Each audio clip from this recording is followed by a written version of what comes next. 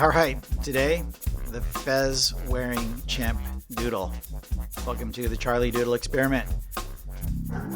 So, look, here's the deal. I always throw down an airbrush because I have no idea where anything's going to go with these. So, I always do just a rough to kind of get me into the ballpark.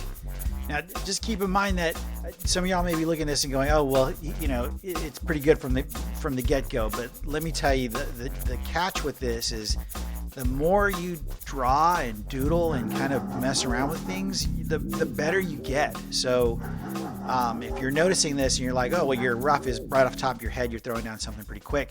The thing is I draw a lot. So the key is to keep doing it because you'll get better. And as you get better, these things that you see will come to you more naturally. And it doesn't have to be like mine. It totally can be your style. It can be loose. It can be whatever.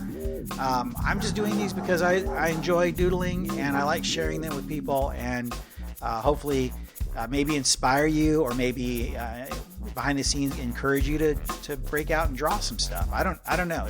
There's no rules to this, but when I went to color this one in, getting us back on track, laid down the yellow, laid down the blue, highlights for the highs, the darks for the lows, and then a yellow background just to throw that contrast in there.